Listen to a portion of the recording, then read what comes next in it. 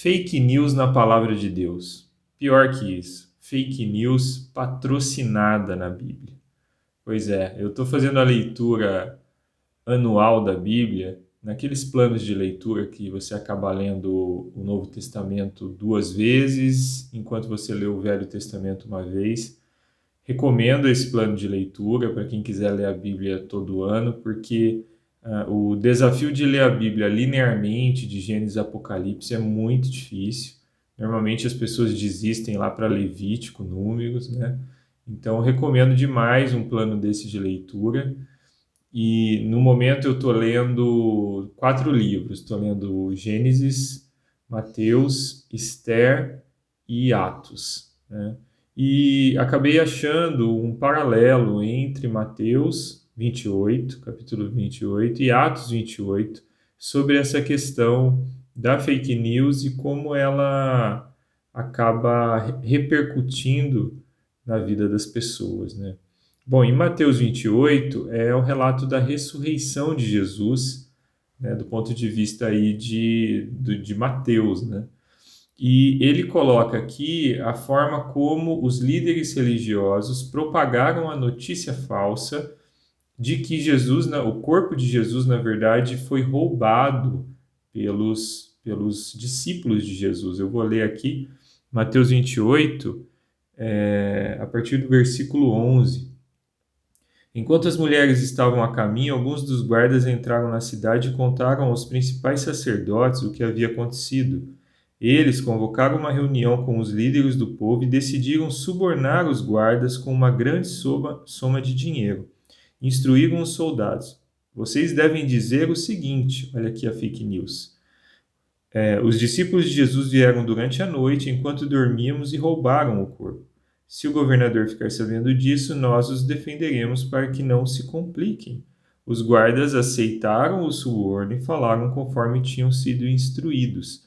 Essa versão se espalhou entre os judeus, que continuam a contá-la até hoje.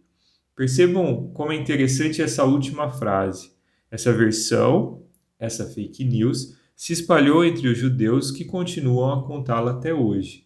O interessante é que esse até hoje é o até hoje de quando o Evangelho de Mateus estava sendo escrito, mais ou menos ali uns 5, 6, 7 décadas depois da ressurreição de Cristo, que é mais ou menos onde está aqui, mais ou menos, né, onde está Paulo em Atos 28. Olha que interessante, em Atos 28, o que está acontecendo aqui com Paulo?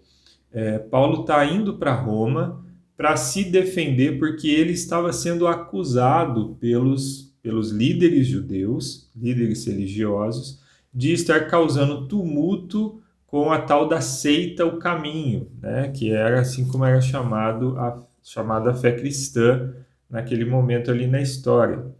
E o que Paulo faz? Assim que ele chega em Roma, depois de uma viagem muito atribulada, ele chega em Roma e ele vai direto para uma sinagoga judaica para comunicar o evangelho, né? E para se defender também, né, das acusações que ele tinha sido colocado ali, tinha sido colocado para ele. Olha só o que acontece aqui.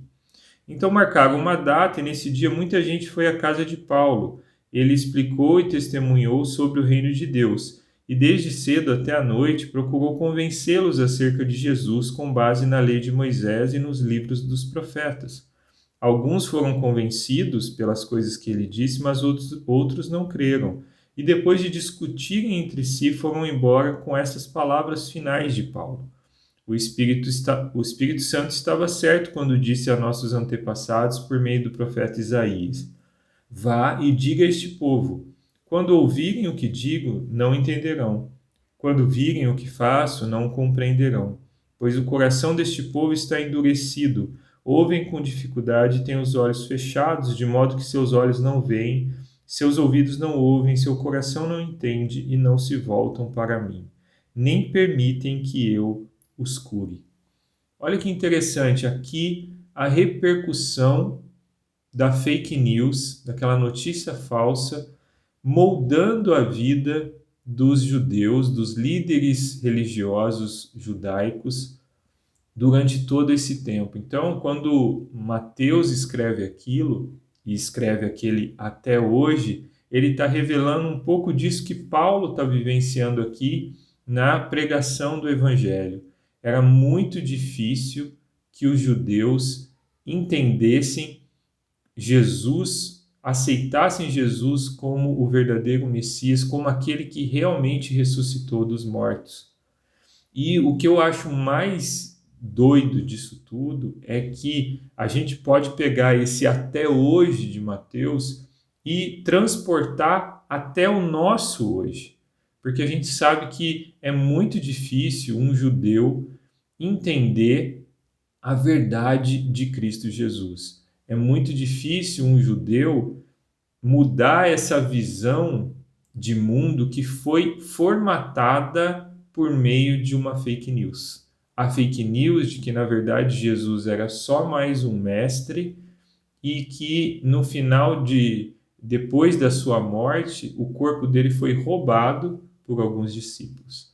É claro que, para quem vive por meio de uma notícia falsa, eles entendem que quem vive a notícia falsa é a gente. Então, no caso, para um judeu, nós cristãos vivemos mediante uma notícia falsa.